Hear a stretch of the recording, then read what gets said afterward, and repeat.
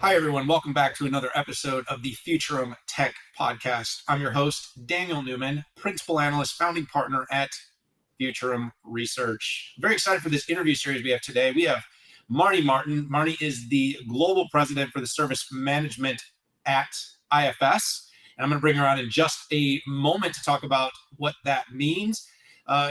We appreciate everybody tuning into the interview series. These shows are always great as we have some of the world's most prolific tech companies and tech executives join us here to talk about what's going on in the tech space. And this, for anyone out there that's listening, was the first one I recorded in the year 2023. So very excited to kick this one off. Excited to talk about what's going on in the market and learn a little bit more about IFS's field service business. Marne Martin, welcome to the show.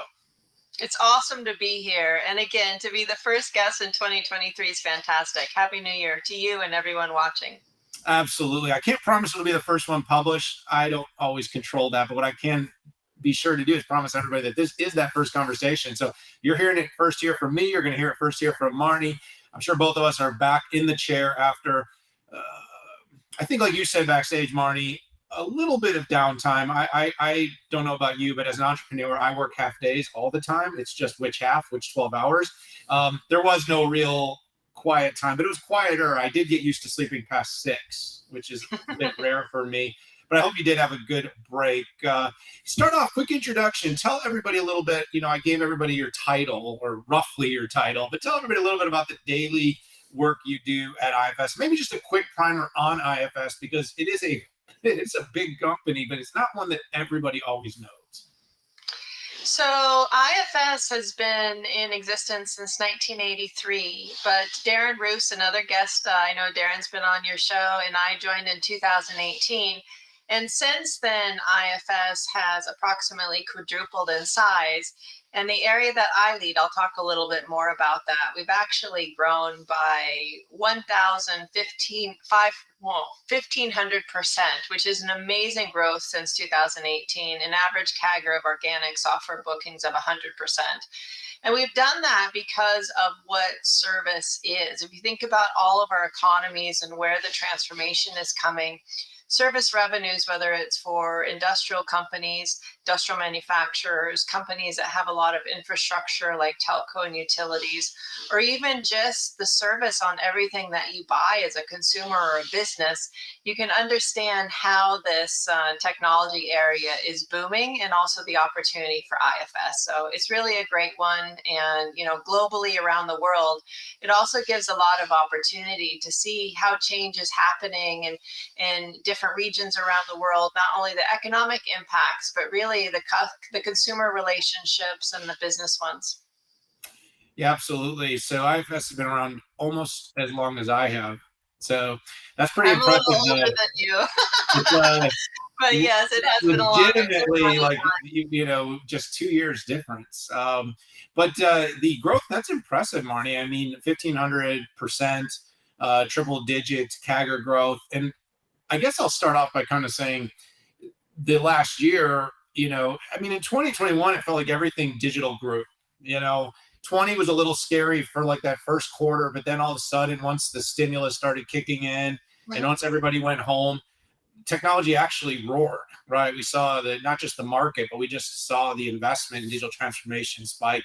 You heard things like, oh, it was 10 years of transformation in 10 minutes or 10 days or 10 weeks. And 21, you saw that kind of continue. And all of a sudden, right around the end of 21, though, you started to feel this turn the other way. And as we got back to work, we started to see the policy changing, that free money, all the printing was kind of slowed down. And the economy, it didn't slow entirely in 22, but just the whole year, I think we spent talking about that. So I'm kind of interested in, your sort of broader takes about the market, the economy, the growth. It sounds like you guys are doing fine, but what's your sort of broad macro view on tech and what's going to go on in what kind of 22 and then what we're going to see in 23? So I'm an economics major, if you will, right? So it's always really interesting to talk about the context of that. I think what we're seeing is definitely some differences across select industries. We definitely saw the impact to, for example, airlines, tourism, things like that, hospitality through the COVID. But other sectors did accelerate their technology investments and transformation, like you said. I think also the investment in sustainability, resiliency, and where growth is coming from. The companies that were caught out were the ones that had underinvested in, whether you call it digital transformation or just kind of what companies need to do to continue remaining competitive in this modern era. The ones that were behind definitely got caught out. And certainly since 2020, we've had to get used to, say, the complexity of our global environment, right? I mean, COVID has become a way of life. We've had some, maybe not quite recessions, but some slowdowns in growth. We've also faced inflationary pressures. There's been again a war, this time Russia, Ukraine. So all of this feeds into businesses needing to be more technologically advanced and more nimble. And that's really ultimately the opportunity for IFS and what we talk about as service management. I'll explain more of that in a moment. And companies are also looking for an opportunity where, a platform vendor may have seemed easier from an IT perspective, but if it's not giving the best of breed, or what we used to call best of breed capabilities to really grow the business, to leverage IoT, leverage challenges that they have, then the opportunities for companies like IFS, and certainly we're stepping through that open door. US has remained overall, I'd say, more dynamic and stronger. Certainly in Europe, we saw a little bit more of an impact in this last year. But again, many of our market units and in my area, Europe as a whole grew by more than 50% last year in our software revenue. The US, we grew by more than 70%. I think when you go more across Asia and what have you, is a little bit more of a mixed bag of where some countries were slowing down some technology change. But in Europe and the US, we actually had quite good years, and all the most successful and larger companies in this area are seeing the need to invest. Yeah, first of all, I can sense that you like talking economics as much as I do. There's so much of the underpinnings of what we can expect from our business can be found if you sort of look at those macros. Micros, not I didn't have as much fun in grad school with micros as I did in macro, but when we just listen every day, the wars that are going on, the possible wars that are going on, the inflationary pressures that are, what does interest rates mean for business? You got all these, you got future discounting future cash flows and values. And by the way, I've always admired that you guys report your earnings even though you're private, which is one of the things I think it's very neat that IFS provides that level of transparency, so that that markets, investors, and your customers, which is one of the things I think a lot of private companies can't benefit from when you don't disclose, is they see this momentum. Now, of course, if you guys ever see a slowdown, it's going to be one of those like, do we still have to report? And I think you've now put yourself in a position that you do. But I actually really appreciate that, because it allows, there's no BS. You can't, they see what you're doing. They see that you're growing. And when you say things like we're growing 50%, 70%, when you hear CEOs of companies like SAP in Europe talking about slowing cycles, longer elongated sales, slowing growth in some areas of their business, to be able to come out and say, well, we're in Europe and we're still seeing 50% growth, and publishing that for people, not just saying it. That's pretty cool. So to be clear, there certainly have been impacts, right? I mean, if we hadn't had the war in Europe, we probably would have, again, I'm talking about my area. So just to explain, I cover the CX area, customer experience, through all of the kind of the service-based business. So everything from CPQ to service contracts, billing, service management, supply chain, reverse logistics. For like telco and utilities, a lot of it's around mobile workforce management, kind of the infrastructure, maintenance, service, construction side of businesses, right? So those are pretty resilient businesses, and they're ones that typically either are trying to, increase their competitive position, grow market share, things like that. So we're in more resilient industries at IFS.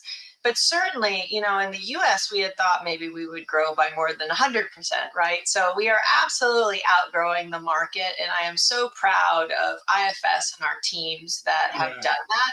But, we thought actually that we could grow even faster. And there were deals certainly that elongated and pushed into 2023. And that's a factor we're seeing all over. But we still had a really good year. And that's why, even though we're seeing some of these impacts, I always want to celebrate the positive. Some people may accuse me of being a glass half full, but I think overall, what we're doing here at IFS is really incredible. And certainly the economic cycles will impact us as well. But the fact that we really have a differentiated product, that really there's so much need for in the world economies and many of the largest companies as well. That's something that's benefiting IFS compared to many of the big ones. And again, I compete with SAP, Oracle, Microsoft, Salesforce every day. We also integrate our software into their software as well. So we're both competitors as well as part of that ecosystem. Yeah, these heterogeneous environments are becoming more common. It's certainly not a winner takes all. I mean, occasionally that happens, but more and more, because of the way architectures work, companies can bring in best of breed softwares, and there's a lot more integration. And that, of course, gives you opportunities to win in an area like field service where you may not win in other parts of a core ERP because that may, have already been determined years ago, or again, may not be something IFS. I always appreciate, whether it's been talking to you or talking to Darren, that IFS kind of says this is what we're good at. This is where we put our efforts. We're not necessarily trying to be in every vertical market and trying to, put all of our, we're not trying to be the everything ERP for every industry. And you've kind of owned that. I think part of your growth has been somewhat um, tied to the fact that when you go into deals, you can say, look, you're Oracle for this part of your business makes sense, but for this part of your business, we want to tell you why we make sense. And it seems like that's kind of helped you in winning certain situations where maybe trying to get the whole business wouldn't have been as easy to do. I just want to reiterate one thing you said. You did talk about the different industries, and some being more resilient than others. And I have to ask you, because the timing, um, what did you think about the whole Southwest thing? Because this has to be like a great example of somewhere. This is like exactly where companies like you come in and try to work with these companies to help them not have things like that happen. I mean, is this just an example of how a big company can completely get caught off guard and miss on having the right software enhancements and upgrades? And by the way, this was like implosionary. I mean, this was an epic fail for a company of that size. So Southwest is an interesting example of you'd think a very sophisticated technology company, but clearly they had some technology vulnerabilities that they had not taken, say, the pain or the opportunity to modernize. And you saw that come up when you have outdated software that may be homegrown or maybe fit its purpose at a certain scale, but then the company grows and the software capabilities don't grow with it. So, IFS has benefited also with our planning, scheduling, and optimization software that's super sophisticated with AI and machine learning, of helping many of these problems in complex businesses, as an example. But Southwest is unfortunately, as sadly as it was for passengers over the Christmas holiday, an example where the complexity wasn't supported by the software. And if they had made decisions to replace what was or seems to be antiquated software some years ago, then they likely would have been in a better position this holiday season. So you definitely have companies that invest in software at like different levels. Like maybe they do a super job at the front end systems, but then they don't invest in the back end systems. And in the past, service type software, maintenance, repair, operate, service management type software was underinvested in. And that's also a cycle that many companies are accelerating now. And of course, that's partly why IFS is growing, because, as demonstrated in the Gartner Magic Quadrant, where we're so far in the lead, even of companies much bigger than us, it's our passion, our focus, it's what we do. And that's why, businesses, both medium, large, and very large businesses, are coming to IFS for us to help them solve some of these types of challenges. Yeah, I reiterate that specialization to me has been part of where my confidence in what you're doing has come from, is that you're not trying to, proverbially boil the ocean. You really are saying this is what we're great at, and this is why you should work with us. And yes, I think Southwest was always one of those that had a good front end, meaning most people that fly them and fly them regularly appreciate the app, they appreciate the tools, the booking, the schedule, but the stuff in the back end was probably like some sort of terminal service, that was still probably an orange and black screen for, I mean, I'm being serious. Like, that's how different the front end and the back end can be. And tying those things together can often be sort of bandaged and stitched in such a way where you and I don't experience it. We book our flights, things work. But when the dominoes fell, they fell hard and fast and cascaded in a pretty significant way. I'd like to pivot, in the time we have left. I want to talk about something that I've been tracking pretty closely, and that's the idea of sort of outcome based, um, you know, contracts.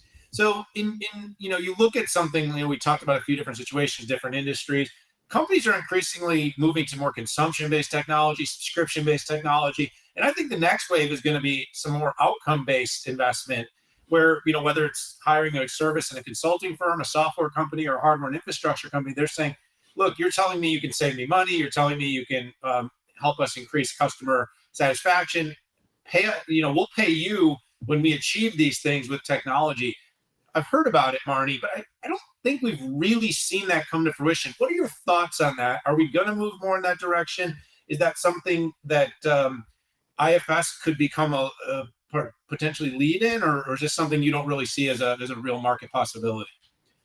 So it absolutely is the way of the future, and I'll explain why this is also, say, the open door that IFS is looking to go through to help this. So outcomes based service, and if you think about consumption based service, or what have you, there you need the service to be on, right? If you think about utilities and telcos, yes, maybe occasionally things break, or there's a national catastrophe, even like Buffalo or something like that, but overall it's a consumption based service, and the outcome is that you have the utility available to you, whether that's telco, water, gas, electricity, what have you.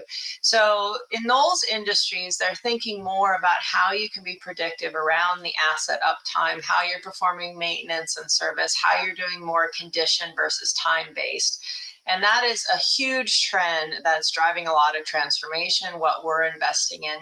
And it ties in a little bit to the Southwest example, that when you have the complexity around what you need to service, when you need to service the people, it gets very sophisticated very fast. And that's also why you need technologies like IFS that really has leading AI and machine learning, because it's beyond the scale of technology that was in place in many of these companies even 10 years ago.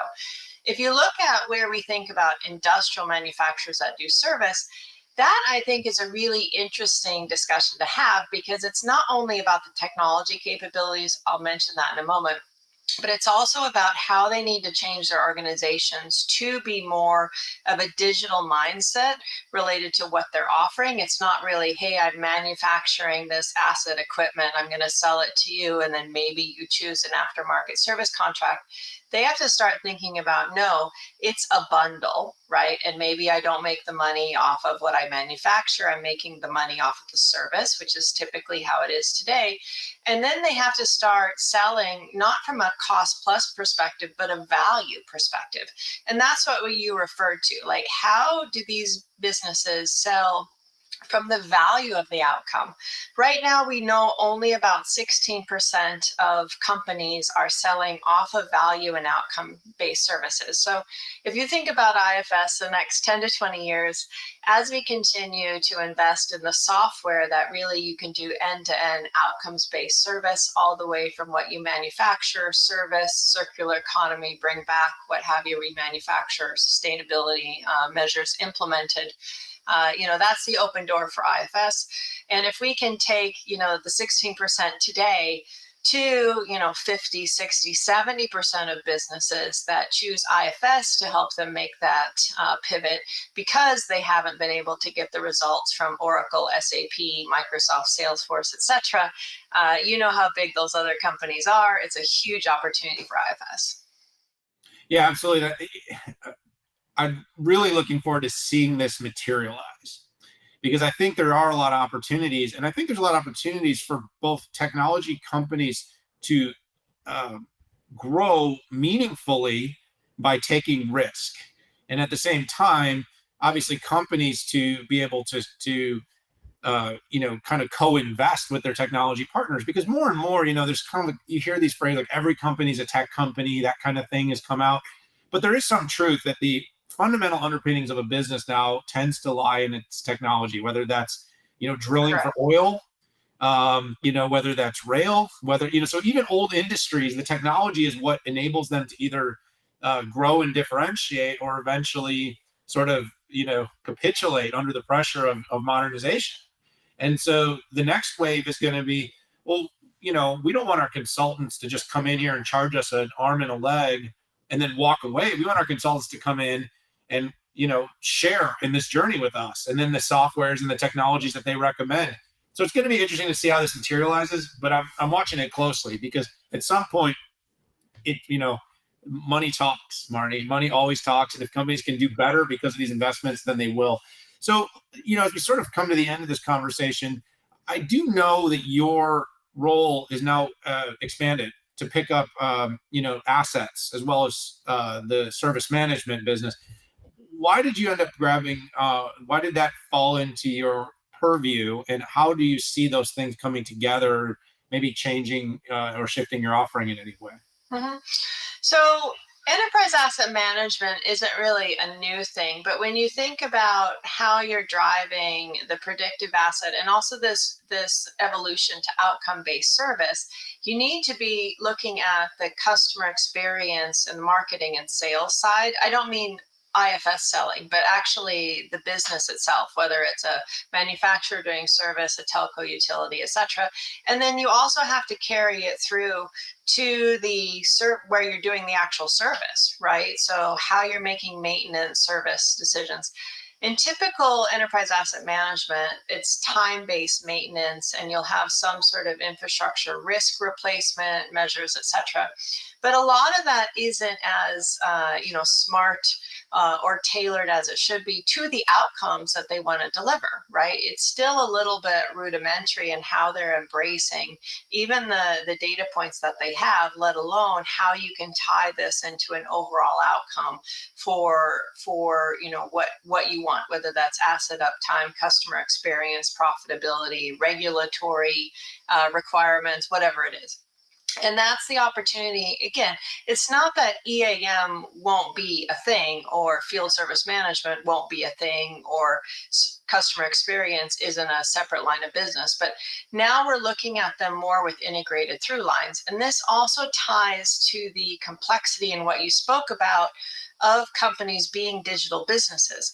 It's too hard for them to try and manage 20 different solutions where data models and integrations, and they don't have a way of driving this integrated outcome. So here at IFS, not only in kind of what I'm overseeing from a management perspective, but how we're helping companies evolve and look at even some of their historical line of business applications in new ways.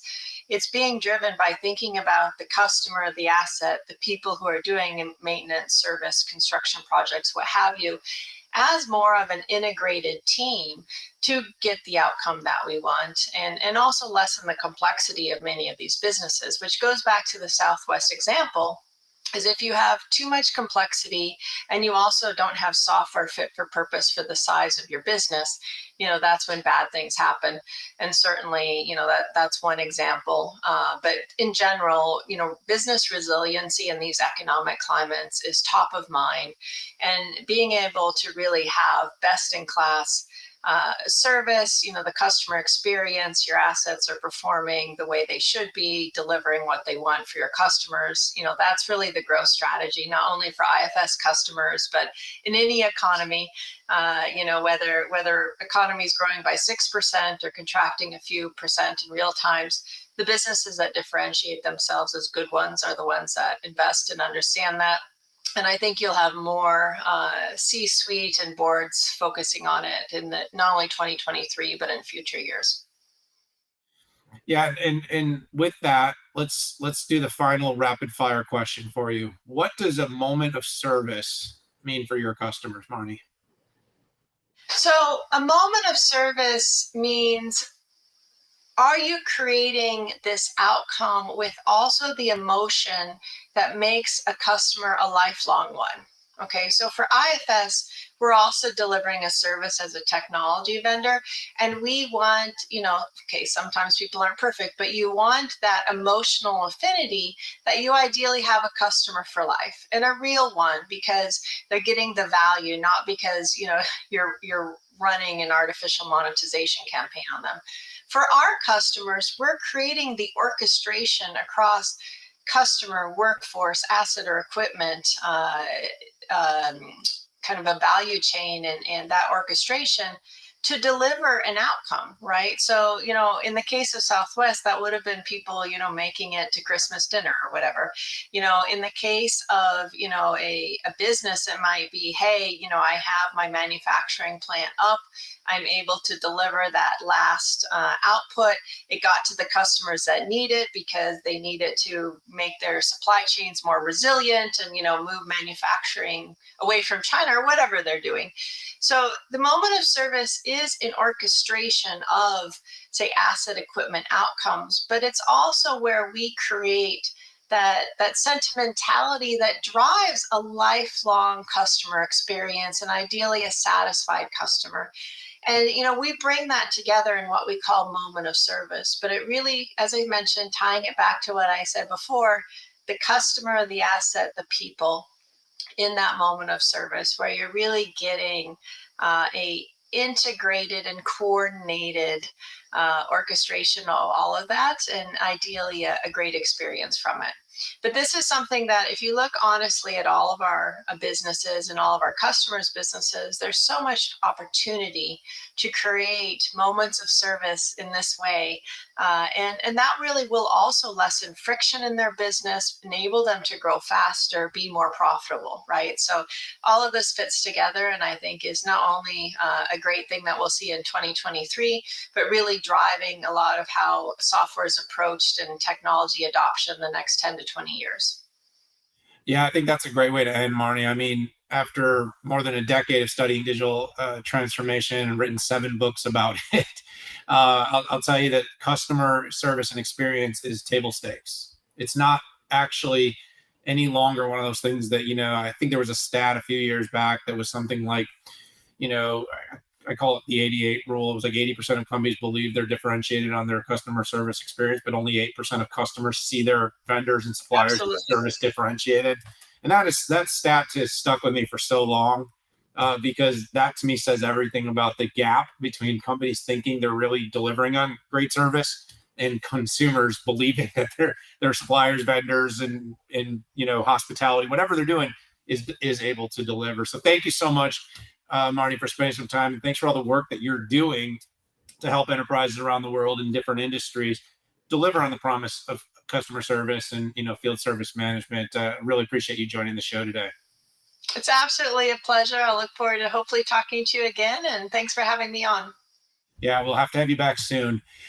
All right, everybody, you heard it here. Really appreciate Marne Martin there of IFS joining us on the show, talking about what we are going to see in 2023, what's going on with service outcomes, so much more. And of course, like I said, my first conversation on the Futurum Tech podcast of 2023. It was a good one. There will be many more. So I hope you hit that subscribe button and join us for more interview series and podcasts here on the Futurum Tech podcast show.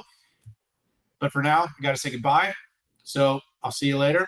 Thanks for tuning in.